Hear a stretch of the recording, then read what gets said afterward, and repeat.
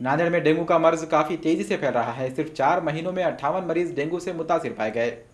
महकमे सेहत के मुताबिक नांदेड़ शहर के मुख्तलिफ अस्पतालों में जेर इलाज 250 अफराद के खून के नमूने जांच के लिए भेजे गए थे। इनमें से 58 अफराद डेंगू से मुतासरा पाए गए। 40,000 घरों में डेंगू के मच्छर होने के बारे में तस्दीक करने के लिए जांच की गई। महकमे सेहत ने आवाम से एहतियाती तदाबीर अपनाने की अपील की है।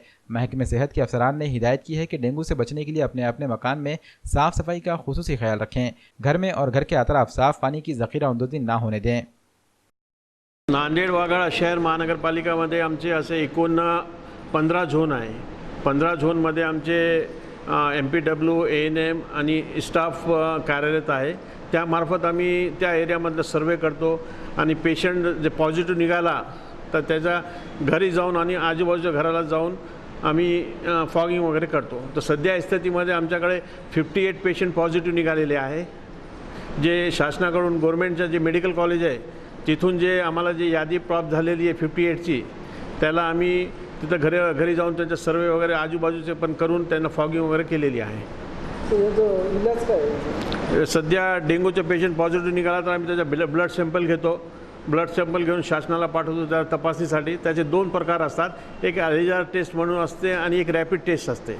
तर रॅपिड टेस्टमध्ये जे पॉझिटिव्ह निघालेले जे प्रायव्हेट हॉस्पिटलमध्ये जे पेशंट ॲडमिट असतात त्यांचा आम्हाला मेसेज आला की आम्ही लगेच त्याच्यावर कारवाई करतो, फॉगिंग करतो। मेन त्याचा एकच आहे की आपण स्वतः आपली काळजी घ्यायला पाहिजे आरोग्याची। आपण आपले घरचं जे आजूबाजूचा एरिया आहे किंवा आपल्या छतचा एरिया आहे तिथं जाऊन तपासायला पाहिजे की पाणी तिथं साठलेलं नाही पाहिजे। साफ पाणीमध्ये ते मच्छर पैदा होतात। तर आपण आपले स्वतः जाऊन आपले घरचे फ्रीज पाहावं। फ्रीजमध्ये जे पाणी साठलेलं असतं त्याच्यामध्ये सुद्धा होतात। पाठीमागे जे फ्रीजमध्ये डंप पाणी असते त्याच्यामध्ये होतात, हौदमध्ये होतात, टाकीमध्ये होतात, कूलरमध्ये होतात। तर ते साफसफाई करणे आपलं काम आहे। आमचे 50 लोक आम्ही महानगरपालिकाने प्रायव्हेट स्कूलचे शाळेमधले जे ANM शाळा आहे त्यामधले 50 महिलांना आम्ही आमचे नांदेड महानगरपालिका एरियामध्ये झोनमध्ये सर्वे करण्याचा कंटेनर सर्वे आम्ही सुरू केलेला आहे झोन वाईज। सध्या आमच्याकडे 90,000 घरांचा सर्वे झालेला आहे। त्याच्यामध्ये 4,200 घरामध्ये दूषित अळ्या आम्हाला सापडलेल्या आहे।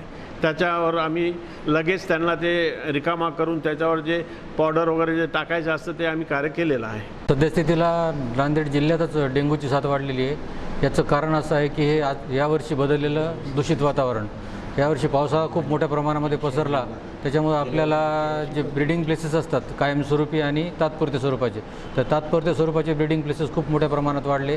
त्याच्यामध्ये डेंग्यूच्या डास आल्या मोठ्या प्रमाणात वाढल्या आणि लोकांची एक टेंडन्सी अशी आहे की पाण्याचं दुर्भिक्षण बऱ्याच गावामध्ये अजूनही चालू आहे। त्याच्यामुळे लोकांना पाणीसाठी रिकामे करायला ते तयार नाहीत। आम्ही आता जिल्हाभर सगळीकडे फिरतो त्यावेळेला आम्हाला असा अनुभव येतो की लोक पाणीसाठी रिकामे करू द्यायला तयार होत नाहीत। आम्हाला त्यांना समजून सांगावं लागतं की याच्यामुळे डेंग्यू होतो, त्यांना त्या डेंग्यूच्या आल्या दाखवावं लागतात। त्याच्यानंतर ते कोरडा दिवस पाळण्याचं आम्ही आवाहन करतो आणि मग ते रिकामे करतात। ज्या दिवशी सर्वांनी एकाच दिवशी म्हणजे दर शनिवारी कोरडा दिवस पाळण्याचं आम्ही आवाहन करतो। जर शनिवारी सगळ्या संपूर्ण कम्युनिटीनं जर एकाच दिवशी जर समजा डास आल्या नष्ट करण्यासाठी कोरडा दिवस पाळला तर डेंग्यूवर नियंत्रण करणं खूप सोपं जाईल।